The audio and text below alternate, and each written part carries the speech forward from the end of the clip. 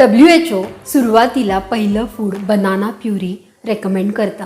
Banana puree करताना देखील तुम्हाला बनाना पूर्णपणे स्मॅश करून त्याची प्युरी बनवायची आहे आणि ही प्युरी तुम्हाला ब्रेस्ट मिल्कमध्ये किंवा फॉर्म्युला मिल्कमध्ये मिक्स करून अतिशय पातळसर फॉर्ममध्ये त्याला कुठेही जडपणा किंवा कुठेही तुकडे राहता कामा नये अशा पद्धतीने एकसंध करून त्याला ती पाजायची आहे.